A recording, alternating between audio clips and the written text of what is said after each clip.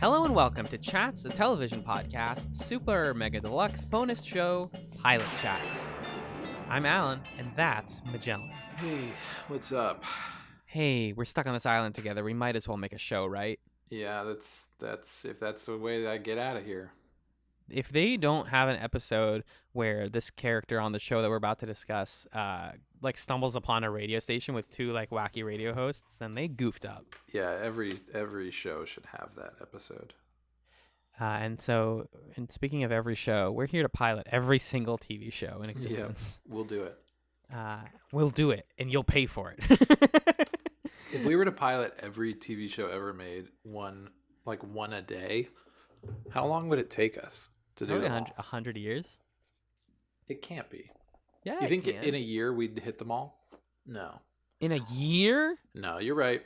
300? There are only 365 TV shows. Across the world? You mean in the U.S.? Where's your line? I think English-speaking shows. Okay, well then you only get into a couple thousand.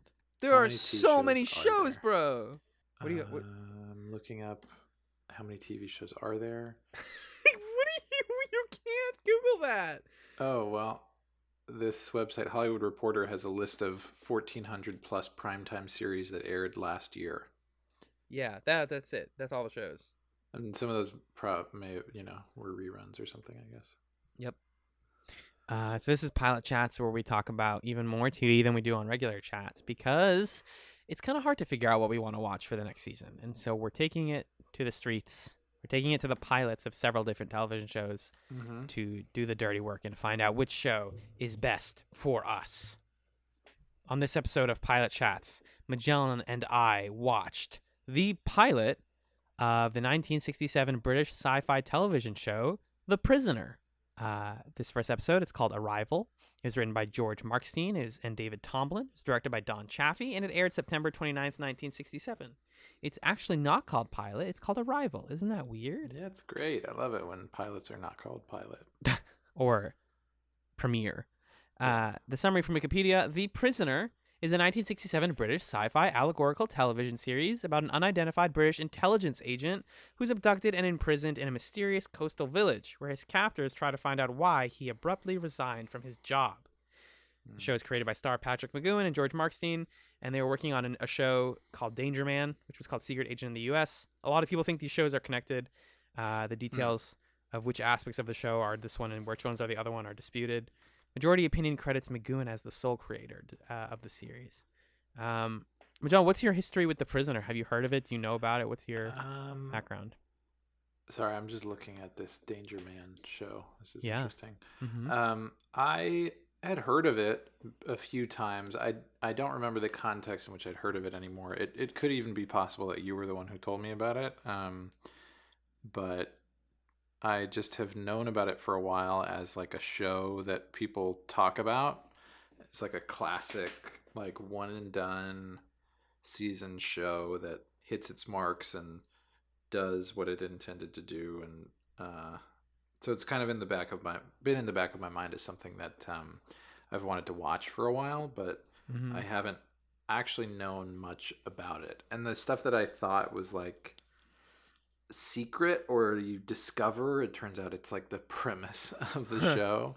You said it's that's in the opening credits. The fact that he was a secret agent that is put on this island as a punishment or to keep him from spreading his secrets or whatever. I thought that was something that was discovered or revealed in the show, but that's just what the show's about.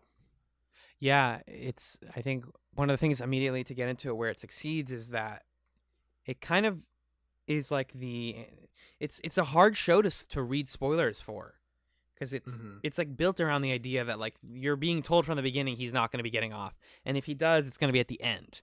He cannot get off the island. It's sort of like a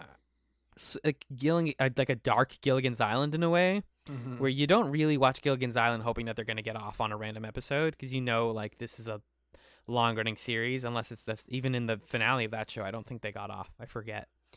But I think that's one of the things that's really cool about it. And to speak to my history with it, I personally had never watched The Prisoner. I also heard about it in circles talking about how it's one of the more like influential shows, and it's a big reason why we have all these good mystery shows now. And shows like Lost were definitely inspired by The Prisoner. And regarding like as a chatable show, friend of the podcast M from the Abnormal Mapping Podcast Network, a long time ago, like over a year ago, I was asking people like, oh man, what are we gonna do for the next season? This is when we were looking at, I think, Pushing Daisies. Mm-hmm. And was like, not enough people are talking about The Prisoner. It's one of my favorite shows of all time. I think you guys would have a lot of fun watching it. And I kind of forgot about that because we didn't have a format for piloting stuff back then. And when we were looking at shows, I was like, oh yeah, totally. And then my only other connection is there was a game for mobile phones a couple of years ago called Device 6. And it's sort of a puzzle solving mystery game that basically cribs the aesthetic and like premise of The Prisoner completely.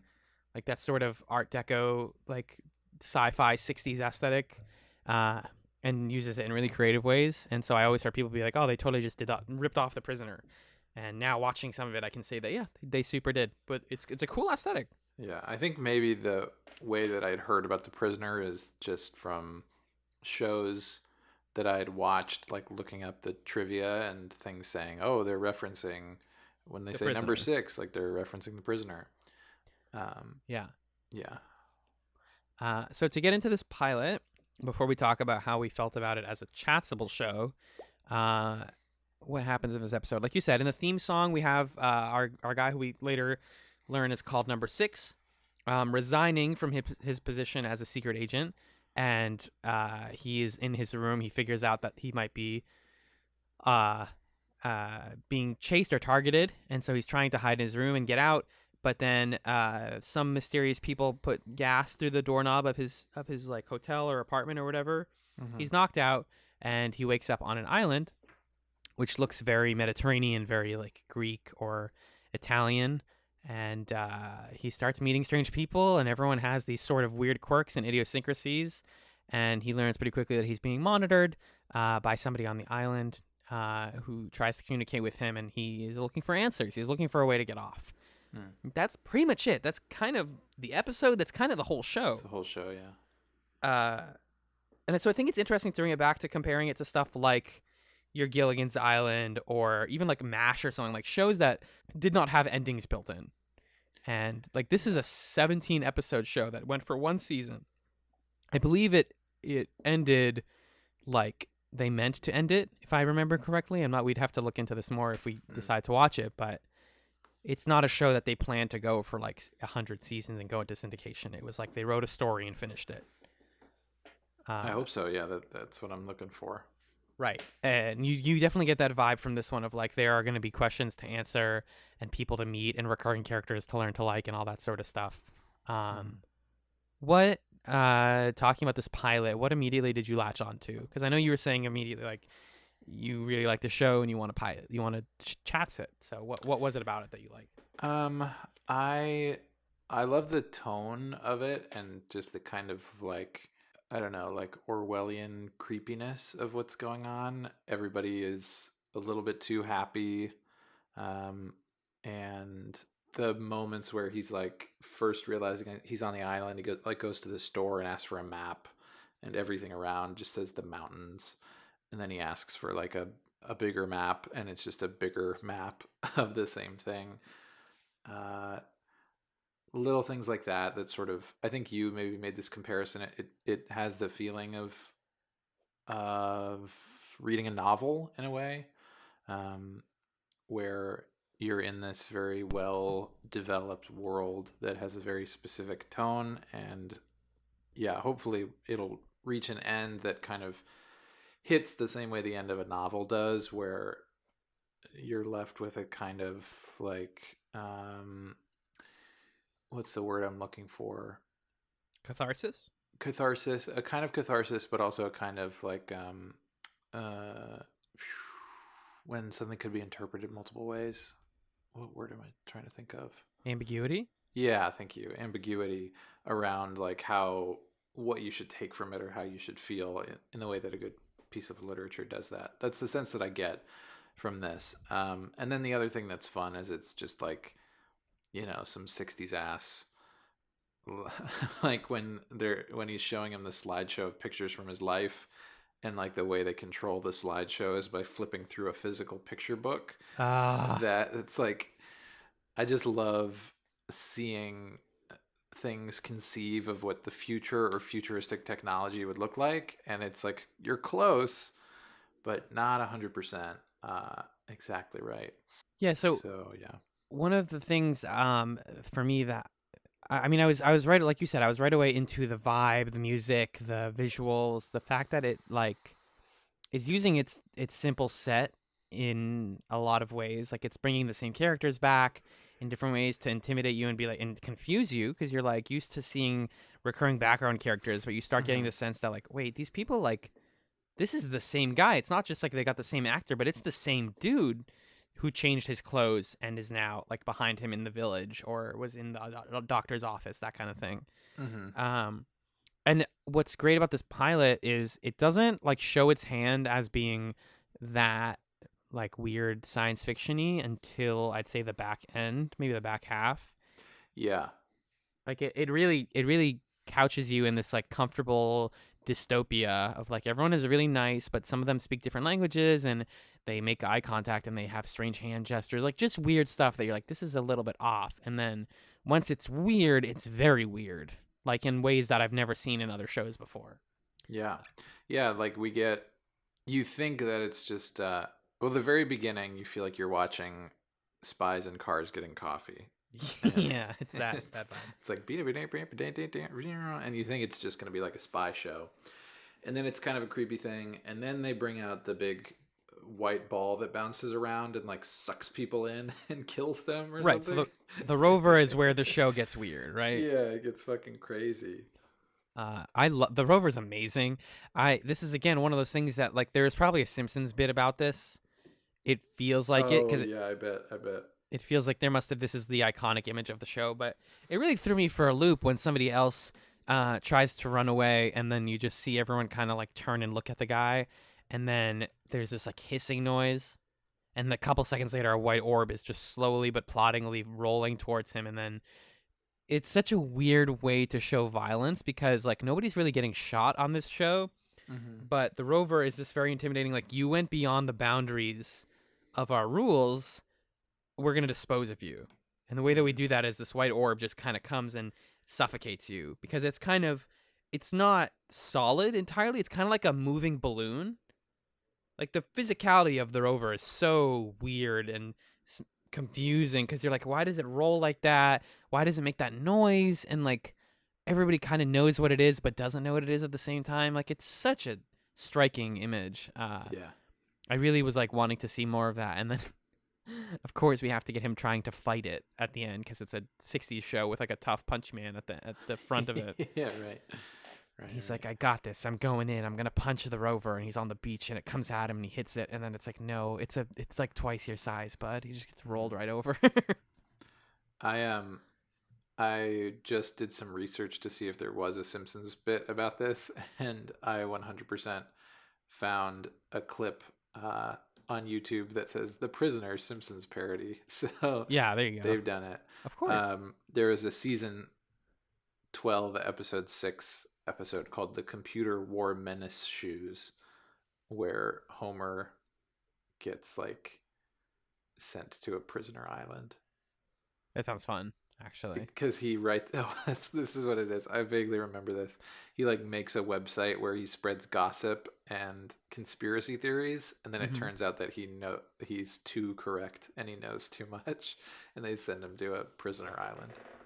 Oh, so he's kind of like Doug from The Good Place, where he stumbles into all the right answers. Yeah, and they get Patrick McGowan to play number 6 to like hang out with Oh, him. I heard about this. Yes, Yeah, yes, yes, yes. yeah. So I definitely have seen this and did not understand what it was referencing at all. Uh huh. Um, I want to talk about Patrick McGowan's character, number 6, a bit, actually, Sure. because he's another draw for what I think would be really fun about watching this show. Um, do we get his name? Like his name? So I don't think we ever get his name. I don't even think he's called number 6 in this. He might be by number 2, but I Well, only he knew is because that. they call like his phone or whatever, his room phone. Oh, they do actually talk to And him? number 2 tells him like you're number 6. I don't know if people walking around call him number 6, but No, he but we like, don't- we don't ever get yeah. his name. Okay. So the thing about number 6 that I think is really interesting about him as a protagonist is that he, I think when you think about like character and character motivation, every character has a purpose or an Uh-huh. objective, right? And then sometimes they have like things that get in the way of what they do to meet that objective. So like people have morals and scruples, or the things that they're afraid of, or things that they like aren't certain they're able to do. um, but with number 6, he is someone who has an incredibly clear objective: get me out of here. Yeah. I want to leave. And he has no moral compunctions whatsoever. He doesn't care about lying to people or manipulating people. He doesn't care about like pretending to go along with the island stuff and then going against it at a moment's notice. He is pretty capable. Like he's physically fit and he has spy skills and he knows how to like fly a helicopter and stuff. Um, so you have a character who is like laser focused on his goal and is willing to do whatever in any given moment he needs to do to achieve his goal, Right. which kind of makes him unpredictable. It makes it hard for you as the viewer to trust him also, because you're never sure if he's telling the truth. You don't know what his like feelings are necessarily. Um, and so just as like the world is hard for him to interpret and grasp and figure out what's true, it's also hard for us as a viewer to like figure out what's true about him. Like the part where there's the woman who was with the guy in the hospital and she's like helping him get to the helicopter and he's like, come with me, like, oh, I love you or whatever. He doesn't give a shit about her No. at all. Um, but I think it's he's willing to like say whatever he needs to say to get out of there. Yeah, I think that what you're talking about gets to something I like and also worry about with this show Mm-hmm. is like on one hand it is really fascinating to have a protagonist whose backstory is like a key question of the show. Like everyone's trying to find out why did somebody with such a successful career resign? What was your motivation for resigning? People want the information in your head, all that stuff. So like Mm-hmm. we feel a little bit distanced from him, not understanding that, but then at the same time we want to know about this island exactly as much as he does. We have every reason to know about it for the same reasons he does, because he wants to get off, and we want to understand why he's there, why he wants to get off, all of that stuff.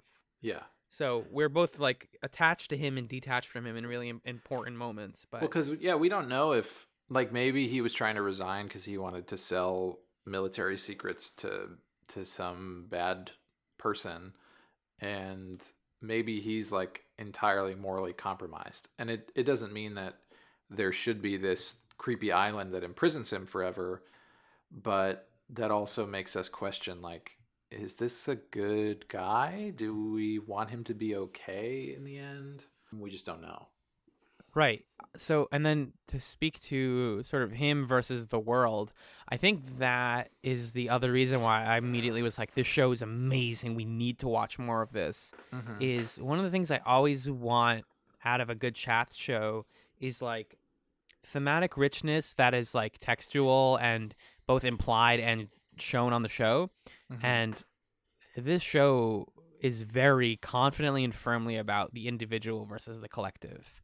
Mm. It is firmly planting its ground in that. Like the thing he says to the number 2 that he speaks to in this episode is like, I don't want to be cataloged, numbered, or placed into a cast. Like I don't want to be indexed. I don't want people to have records of me. I want to be my own person. I am my own person. And then number 2 is like, are you? Like, do you not realize that we've already had records of you and of Mm-hmm. everyone in the world? And didn't you work for people who already cataloged you? Like, what is your freedom? Yeah, And right. so I think like underneath the veneer of all of this like fun European mystery stuff, there is a show trying to say something somewhat profound about like how the world is changing and how information kind of like detaches us from this sense of self that some people still cling on to. Right. Uh, Yeah. And like The show, how much different is our world really from like the island that he's on? right? Because everyone's happy. You know, they're all cataloged and they all have like a collective way of thinking and understanding, but they're not. They get to do whatever they want. They're very smart, Hmm. enterprising people. They just have to stay here. They're just limited by where they can go and what they can do a little bit. Hmm. Um, I watching this and watching him. It's not a perfect one to one comparison, but it gave me the feeling, a similar feeling to when I read Camus' The the Stranger, stranger, yeah, where the thing about The Stranger is the protagonist feels so alien because the whole thing of The Stranger is that he's a guy who literally does not care like about anything. He doesn't care about the sanctity of life. He doesn't care about his own life. He doesn't care about his mom. He doesn't care about religion. He doesn't care about the fact that like at the end of the second chapter or something, he just shoots a guy just because. And so you read this book where you're following along with this guy who you just don't understand and who thinks or operates in a way that's totally perpendicular to what you expect of people in a society. And it's like unsettling and also makes you think about, why do we behave the way that we behave? And how distant am I really from like this guy in this book who just kind of did a murder because. And I felt a similar thing watching The Prisoner, where it's like, this, I don't understand this man. He feels alien to how I think about or interact with the world. And yet, there's something about how he behaves that illuminates things about the world that we might otherwise not think about. exactly. Yeah, it definitely gets my brain spinning in the way that like good literature does. Mm-hmm. And asks the right questions and like presents us with the right ideas. There's a sort of like comedic aspect to its weirdness that I also really gravitated towards. Like at one point, he walks by a sign that says "Walk on the grass," Mm-hmm. and then everyone's just walking on the grass and ignoring the sidewalk, and it's like that's cute. And then at the same time, you have him like going back to his home on the island, and he meets his maid, and she seems like she's gonna be an ally to him, but instead of being like, oh, the collective is life, everyone here is perfect, she's like, yep, a lot of us here were taken here against our will. Uh, but we have a saying here, a still tongue makes a happy life. Like, the people who learn to adjust here are much happier because everyone tries to get off, nobody gets off. Don't worry about it. Like, it's much easier to stop fighting. And it's this sort of like bleak but also understandable position that, like, yeah, you're gonna try every single episode to get off, and I know you are, and it's gonna hurt you a lot. But like, everyone tried that, and it stopped working. And eventually, some of us stopped trying. Isn't that's fine to us? Mm-hmm. Um, but then yeah, a lot of the episode is just him like being very kindly presented something and an idea of how to conform, and then him throwing a fit and leaving. He goes to, like, I think it's called the labor exchange, and he's given the aptitude test, which is like a gigantic wooden kid's toy, Mm-hmm. and they're like, "Yep, if this thing spins in this way, then you're compliant." And he's like, "Screw all this," and he throws it and breaks it. And the guy who made it is like, "Oh, jeez, I just Oh made that." man. Yeah. Number two is like, "We'll get you a new one. Don't worry about it." So there's a lot of like blending of like the weirdly darkly comedic and then just like the very symbolic at the same time. Yeah. Or like little details in the set building, like how in his pantry the cans just say like village food, pea, spaghetti. Like he has non-branded food, non-branded everything. Everything is holistic and singular in a way, and it's got like really good font work. Like the show is a delight to look at and has a lot of like care put into its small details that really uh, make a difference. Yeah. Definitely. So, anyways, the repairman comes to fix his speaker because he's sick of his diegetic, like, nice music. He's yelling at the maid while like really pleasant music is playing, and then we realize it's diegetic, and then the repairman comes to fix it. 5 seconds later, his repairman is now his gardener, and then he sneaks past the orb. He tries to sneak out. Some people chase him in a golf car, and this is where number two is revealed to be like incredibly competent. He jumps on the back of the golf car and beats up the driver, and he's like, "I'm gonna get out. I'm gonna fight the orb." Gets his ass kicked. Wakes up in a hospital bed. And then the hospital bed has some of the weirdest. The hospital has like the weirdest imagery too, because he sees a room that's like there's like a green room with a bunch of people sleeping inside, and you're like, what the hell is any of that? There's like a Yeah, big right. light in there. Yeah, everyone's got like those things attached to their heads from the science museum that like if you touch it, the lightning comes to your fingers. Yeah, exactly. There's like weird stuff going on everywhere. Yeah, and then there's a guy who jumps out of the window, and then there's a funeral for him, and then like 10 minutes later, they're like, "That guy's not dead. We were just trying to Yeah. scare you. Uh-huh. He's fine. His name's Kevin. Uh-huh. He's here." Uh, and then here's a cool thing. Here's a thing that I think the show is going to be able to do like week to week. That's really great. He has like an ally every week. He has a person who he's going to believe is like, oh, they're going to help me. And it's like, in this case, it's the woman in the red hat. And she's like, I see what you're saying. I want to help you escape. If I can help you and sacrifice myself, it'll be worth it. She helps him like steal stuff. And then he manages to finally get a helicopter. Yeah. And he goes up to the helicopter. He sees the rover coming. He gets around it, gets in the helicopter, like you said, starts piloting it with like complete confidence. He's like, hell yeah, I'm getting out of here. Bye, nerds. And then just the most chilling shit in the world. Number two is like, all right, take it down.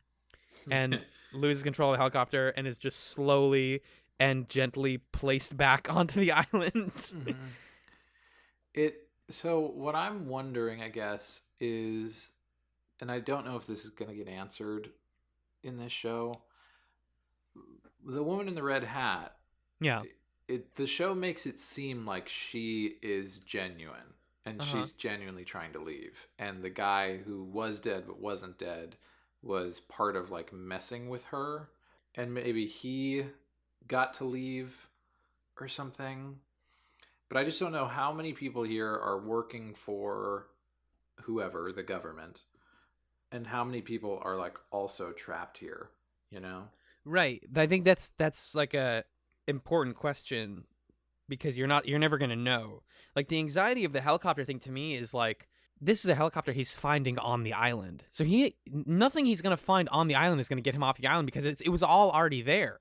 Yeah. So it's this kind of like hopelessness of like, you can keep trying, but you're not going to be able to like deliver something to you. The only way he can figure it out is to like make something, I guess. But maybe they even have control of that and they know when he's going to make that. So you'll never really know like what is he able to use and what's fake and who's real. I think that's like kind of a question they want you to have. The other question is like what's the significance of somebody having a number versus not? Yeah. I guess my guess is like the numbered people are the actual prisoners. Mm-hmm. And maybe everybody else is not a real prisoner or something. And then that would mean number two is like a guy who used to be a spy, but then sort of decided like, you know what? It's fine here. I'll be the guy who like is the puppet master because it's a better life than trying to escape Futilely every single day. Yeah. But then, so number two isn't the same guy all the time though. Yeah, I was gonna say, I don't know if you know that, but that's one of their like cute gimmicks of the show, is that number two is different every single week. So then I don't know what's going on. Isn't that great though? Isn't it fun? Yeah. Like, I don't worry too much about whether or not they answer it, because the questions they're presenting are just interesting alone. There's a sign in this episode when he goes for the evaluation that says questions are a burden to others, answers a prison for oneself. Oh. And it's like, I guess that's what the show's all about, right? Right. Exactly. Yeah. So trying to ask too much or have answers, there's not really anything that's going to set us free.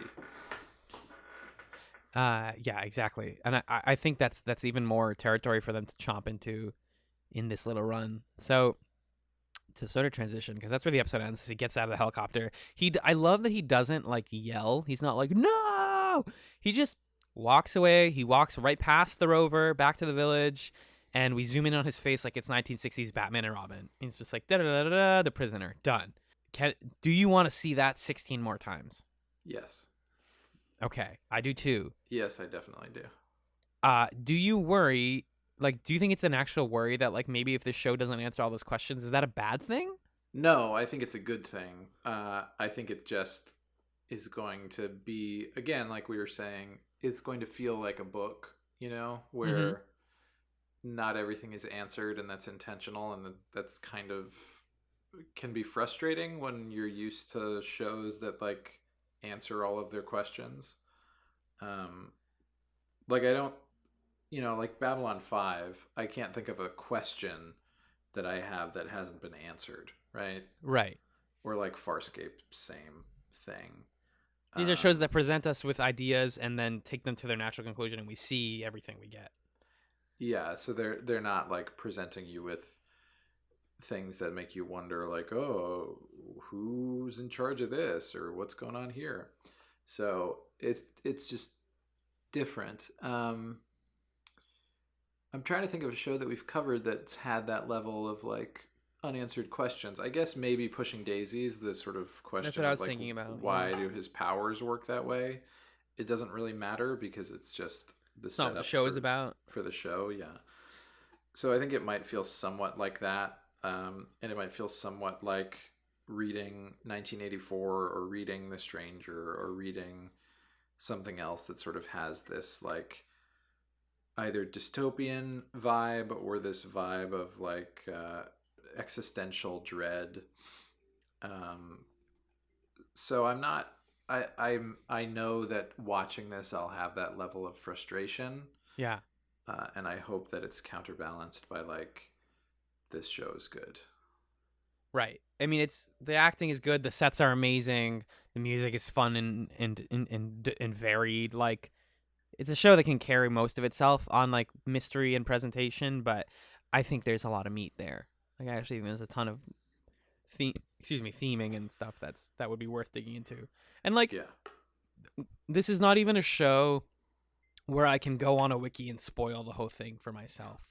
Like, the most I could find out was like, yeah, there's a new number 2 every episode, and like I know that viewers at the time were like really mad that the show ended.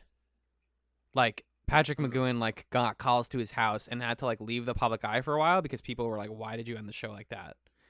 Whether or not really? that's because, Like they yeah, didn't like the ending, or they just didn't like that it was over? I think they didn't like how it was ambiguous.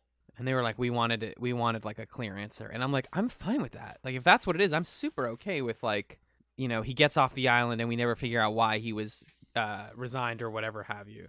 So yeah, there's like questions of that stuff, but the only other stuff I was able to like glean from Google was that a lot of people like to talk about this show now as like they predicted, you know, the internet, they predicted Trump, they predicted all of this stuff because it feels kind of prescient. Interesting. Any show I think about like information and the control of information I versus the guess we'll have individual. to. I didn't really feel much of that here in the pilot, so I guess we'll have to watch more of it to see how those connections make sense. Definitely, yeah. So it wouldn't be that long. 17 episodes would be 8 weeks, and then have an extra. So we could just Yeah, do a so that'd triple. be 9, or we could just do the finale on its own. So 9 episodes of our show. Yeah. There isn't really a lot of background media. I suppose we could watch the Secret Agent show or a little bit of it, but Yeah, just to get a sense for it. what they're going for. I don't know. It's just cool. It's just like you found this little nugget from the '60s that's like self-contained. Mm-hmm. It doesn't have any like extra media for you to look into. It's just like, yeah, it exists. It's there for you to watch. It's on Amazon Prime Video, and it looks really good on there. It's not like a bad transfer from what I can tell. Mm-hmm. Um, and there's no like weird rights anything. We got like the original version on there from what I understand. The episodes aren't too long. Like, it just seems good. I think we should just watch it. Yeah. Yeah, I think in terms of like how to chats it, uh, we would do 2 episodes a week. But Mm-hmm. then uh, we would probably do this if we're to do it like next, for example. We might want to do like a couple miniseries. I think that's the idea. Yeah. Once we finish Babylon 5, that will have been our biggest undertaking yet. Mm-hmm. Especially if we also watch Crusade. Crusade, and we've watched all these movies and stuff. That'll have been over a year's worth of stuff, like maybe almost a year and a half or something. I don't remember when we started exactly. Um, so we're gonna want to do a few like palate cleansing short things, maybe a season, couple single season shows, or season and a half or 2 seasons, or mini series, or I don't know. So we'll figure out how to brand that. Like if it's gonna be called Prisoner Chats when it's only 9 episodes long. Yeah. I don't know, but that's currently what I want to do with the show after Babylon 5 before we dive into our next big one. So yeah. But yeah, I'm super down to at least take this to the next round of trials, I tryouts, mean, I'm whatever. willing to say we're just gonna do it because it's short. Yeah. Like I think the Yeah. next round is for shows that are like long, and we have to figure out what our next long show is. True. Like what's still in Like question? like if Lois and Clark was, you know, 18 episodes long, I would have said let's do Just do it. it. Yeah. But the fact that it's 4 seasons or whatever means that it needs further consideration. Yeah. I mean, a mini chats thing where we do like the prisoner and some other short stuff would be, I think, ideal, or even just the prisoner. Like, why not? Yeah.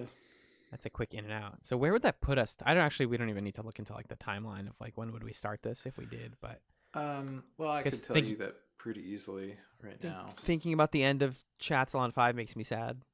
Yeah, Chatsalon 5 isn't set to end until March. Okay. Because we end season 5 in December, and then we would watch Crusade, which would take us a couple months to watch all of that. Mm-hmm. So that would take us basically from the beginning of the new year up until Crusade we'd end in February, but then there are like 2 more Movies. or there's like a bad movie that we would do at the end. Yes. And then the very beginning of March we would do like a full series recap, like the first weekend of March. So then oh, sorry, go ahead. No, we have precedent for ending our long chats shows on like mediocre movies because I still think, I mean, Peacekeeper Wars has a scene where you watch a baby alien get born. Like Peacekeeper Wars is really good. I know, but it's goofy. It's very goofy. But it's really good. Yeah, you're right. And like you needed it. Yeah, you do need it. Yeah, you can't just watch Farscape and end with them dead. You know, spoilers for Farscape. Yeah, you should listen to all the chats. But that would mean that if we did The Prisoner, we'd basically be watching The Prisoner March and April. Okay, that's not bad. That's it. And then by May we're doing something else. Yeah. And then I think that puts us in, doing a hot girl summer where we have like a couple short things for next summer, like May through September. Sure. Yeah, I'm into it. I have no qualms against this. If people have watched The Prisoner or have thoughts about it, obviously please leave them in the comments of this episode or whatever. If you've heard of it or what's your history with it. It's like I said, it's on at least US Amazon Prime Video, so it's very accessible for people who want to watch it. And it's an old show, so I'm sure you can find it on like any legal or not legal website that you watch shows on. I wouldn't feel too bad about like pirating The Prisoner. I don't know who's getting the rights to the show, for example. For sure. Speaking of comments, should we view our comments on the last episode and then talk about any other messages we received? That sounds like a plan. Okay, great. So last Pilot Chats we covered the show Forever. And we have a few comments here. So first we have a comment from Danny who suggested Forever, who says, so to answer your questions, the show treads a lot of ground actually in its short run and also feels contained as a season. So there won't be a lot of questions in the end. One thing you kind of underrated in your discussion is the significance of historical events and mindsets. The tone of the show is the best, however, and it balances it. So the first episode is not far off and does highlight some of its charms. All in all, I suggested it as it's short, features a lot of discussions about relationships, history, prejudice, and all of that good stuff. So yeah, more of a suggestion of a quick, fun, and deep as water of the Hudson River show. Thanks for taking my suggestion. That's from Danny. Yeah, I think we could revisit it, and it could definitely, be a part of this like shorter shows series of things. My mom commented that she really enjoyed the show Lie to Me, which we mentioned as a comparison point. And then she said also enjoyed Person of Interest, to which Nick responds, Person of Interest is a great show. So I'm glad that people are talking to my mom. That's great. Then we've got a post from Jonathan, a multi-part thing, where this is kind of broader suggestions about the format of Pilot Chats.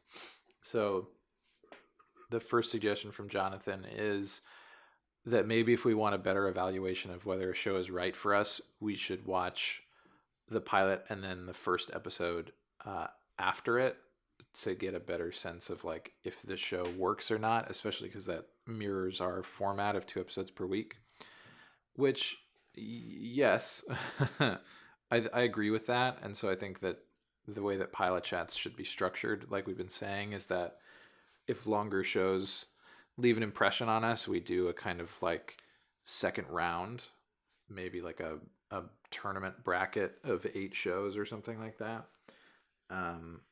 But I do think that there are some shows that even if the pilot isn't representative, I think we can tell from the pilot like if it's a solid no or not. Yeah, to speak to a couple things from that, I people will often say that like the pilot is just the network trying to get the show on, and then the second episode is like their real pilot. Like Nick comments here that Firefly sort of had a thing like that, where the first episode's like kind of weird, but then the train job second episode is like a good episode of Firefly, if you want to call it that. Mm-hmm. Yeah. And like I definitely agree with stuff like that, but again, we're very generous with the shows that we pilot. Like we do lean more towards wanting to watch them. Like we don't. I would say so, yeah. That the reason we started this wasn't to say like here's a bunch of shows that don't work. It's like here's shows that we want to try. So even if it's like the pilot seems a little weird, or I'm like I bet you the rest of the show is not like this, I still want to give it one more shot. Those are the shows that get a second chance. But I do think people should trust their favorite show's pilot on at least being able to sell us on like the premise. Like yeah, like I would say Farscape doesn't have a great pilot. totally. Or it's like kind of odd. It's tonally very different from the rest of the show. And like Lois and Clark's pilot is so long, but like I can tell that a standard episode of that show would feel much tighter and good, even though it's not. Yeah. It wouldn't feel like that. And Babylon 5, the pilot movie, sucks. It's not good. People but are you in can already button-up tell, shirts. you can already tell like Londo is great. And Car's a sneaky man. yeah, and like these are the themes of the show. Yeah. And I'm into it. Or like So this is a different topic of conversation we don't need to get into, but the kind of like chronological versus release order stuff where people are like, my favorite show needs to be watched in the right order or else it's not as good. And I'm like, you got to trust me that I can watch a show even if it seems a little bit out of order and understand what's good about it. Like I'm not going to drop a show because I'm like, it doesn't make sense. I watched it in the wrong order. Like TV's flexible like that, people can figure stuff out. But I do appreciate the comment. I think it's a good point that like, yes, a lot of shows don't put their best foot forward with their pilots. Yeah, it should definitely be part of our process that we don't just base everything off of a single episode if it's going to be a year of our lives covering something. Of course. Then Jonathan just gives a couple suggestions, and whenever people give suggestions, no matter where you send them, you can post them on Patreon or you can email them in. They get added to like a big spreadsheet that we have. So if we forget to mention a suggestion of yours on the show, or if we don't respond to you, it's still going into that spreadsheet. Just so you know. And we try to make sure that we read all of these and acknowledge all of them. But if we miss anybody, verbally, we're not missing you here. So Jonathan says a couple of things. He suggests Odyssey 5, Tron Uprising, which is Tron cartoon. I've heard good things about Tron Uprising, actually. I don't know much about it. Terminator: The Sarah Connor Chronicles. I watched that. Like just in our wheelhouse. Oh, you did? Yeah. I just know that it came on before Dollhouse, or after Dollhouse or something. Yeah, it's actually tonally kind of Dollhouse-esque, but it was a show that felt like it had no, I don't know, at the time, it was like, this show shouldn't even be going. This has no momentum. It's just like, they're running. What are they going for? Why are they adding Terminator lore? Like, it's very weird, but I think it actually would be pretty interesting to pilot. Caprica, which is the follow-up to Battlestar Galactica, which I haven't seen. I've seen a few seasons of Battlestar Galactica. We piloted it, I think. Oh, yeah, we did. Before, I don't remember when. Probably before Pushing Daisies. I think so. And that's one that I think we should revisit and repilot and maybe watch more than one episode, because that's one where the pilot is like a movie length thing that's pretty good. But it also, I think, feels super serious in a way that like sometimes that show can be, but sometimes it can be a little lighter than that. I think interesting that they mention here that Caprica might be better if you've never seen BSG. I'm curious about that. probably better if you've never. That's interesting. Yeah. Yeah, right. We could just standalone pilot Caprica. That's Yeah. what I'm thinking. It's like a prequel series, I think. Mm-hmm. Mm-hmm. And then finally, Jonathan mentions *Halt and Catch Fire*, which you've seen, right? Yep. So I watched at least like the first 2.5 seasons, if not the first 3 seasons. I didn't even know that they kept going. I dropped off of that show just because it is again a little bit dark. I think it's actually pretty good chatsable in terms of like tone, chatsability, Mm-hmm. but I don't know. He says not a mixed bag, just a wonderful show that I wish people watched. I agree. Like if you just want like a good drama, watch *Halt and Catch Fire*. I recommend it. Mm-hmm. It does it by its characters really well, but it as a chat show is just like a little bit too clean. Like it's a little good. Yeah, that's stuff we got to watch out for, right? Ryan says responds to some of the suggestions that they made last time, saying that they followed Doctor Who and still didn't fully understand what was going on all the time. The first episode of Red Dwarf is one of my favorite episodes of a comedy show, so we'll add Red Dwarf. And then another push for Duckman, which is that Tim Curry is the voice of his recurring arch nemesis. Ooh. That's a good push. Nick responds to Ryan by just doubling down on Red Dwarf, and saying that maybe Doctor Who we don't need to do because it's so like covered. Yeah, they're saying we could watch the Rose pilot and then call it like just pilot to say that we've watched Doctor Who, I guess. Mm-hmm. I tried watching. Oh, sorry. Go ahead. No, it's sorry. I tried watching the Peter Capaldi season of Doctor Who, thinking that it would be like an easy jumping on point because I was like, wow, new Doctor, like I'm ready to get into this fandom, and you cannot do that. Yeah, I think that's what we mentioned then. That's what Ryan. Yeah, we did talk about that. So then, yeah, I goofed. My bad. And then let's see. Ryan also seemed intrigued by us bringing up Misfits, which we watched, or I watched, but we didn't officially pilot. So that's in the works. And then Nick has some more. He's sweetening the deal for us watching Red Dwarf by saying that he'll share our personal celebrity encounter with Craig Charles, aka David Lister, from Red Dwarf, if we watch it. So that's enticing. That's tempting. Tempting. Do we have any other suggestions to read? Nick emailed us a suggestion to watch AMC's The Terror. Yep. So we'll check. That's in our list. I think he actually posted on the Patreon as well, saying this is a post. It's not like on a comment, but let me just view the full post and see if this webpage wants to load. Here you go. For those interested in the idea of the guys doing Lois and Clark, I will be the head cheerleader for it. It's available to stream on DC's new streaming service in the U.S. But with a fair warning, what I've read is that they replaced some of the music. So for now, he's happy with the DVDs. Okay. You hate to see it. Yeah. But that would be good. That's a good accessibility note. Pat sent in a suggestion for the Highlander TV series, or us just watching the movies or the movie. So that's in our list. We read this from Jonathan. And I think that's basically it for the suggestions that we received and the comments we received. Yeet. So let's tell the folks what we're doing next time. How does that sound? That sounds flantabulous. Okay. So we were enticed and excited by the idea of Jason Alexander playing a cartoon duck. It turns out that speaks directly to what we enjoy. So we, for next week, are going to pilot the cartoon series, the kind of ribald cartoon series, Duckman. It appears to be on YouTube, so you can find it there. The show aired starting in 1994, and the full name of the show is Duckman Private Dick / Family Man. So that's something. It aired on the USA network. Yep. It's weird.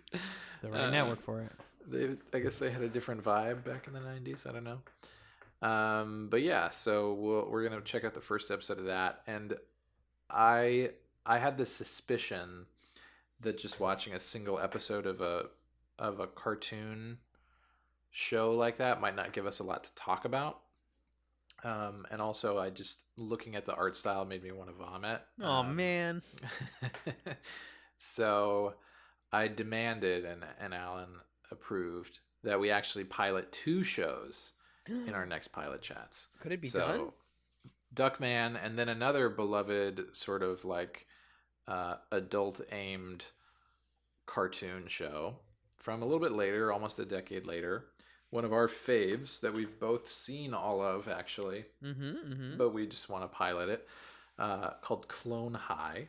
That's also one that you can find on YouTube, more or less, pretty easily. So that's what we're gonna do. We're gonna pilot Duckman and Clone High to kind of get a double feature of like cartoon shows that we could maybe do. Adulty cartoon shows, yeah, that aren't talked about a whole lot. Very exciting. Yeah, I feel like I've watched Clone High like late high school, early college, and I was like, the show is so good. And I actually have rewatched that pilot many times, so I'm ready to talk about that pilot. It's super good. Yeah, and Clone High is the guys. What are their names? Phil Lord and Chris Phil Miller. Lord and Chris Miller, who've done a bunch of stuff. They did Last Man on Earth, right? Yep. They also did the Lego movies, and didn't they do 21 Jump Street? Yep, and they also they worked on the screenplay for Enter the Spider-Verse. Right, so they've done a lot of good stuff, and also Bill Lawrence, who was the creator of Scrubs. Yeah. Oh, was he the creator of Scrubs? Yeah, so there's a lot of Scrubs actors who are also in Clone High, actually. Wow. Fascinating. Well, we will be back in 2 weeks to talk about those. And, of course, leave your comments and thoughts. Thank you, as always, for being a patron. You're really carrying the show with your patronage, and we appreciate that. It can't exist without you. Send it to friends if you want. Send them if you're like, hey, they piloted your favorite show. You can show them the episode. Yeah. Thank you for listening to this episode of Pilot Chats. Peace.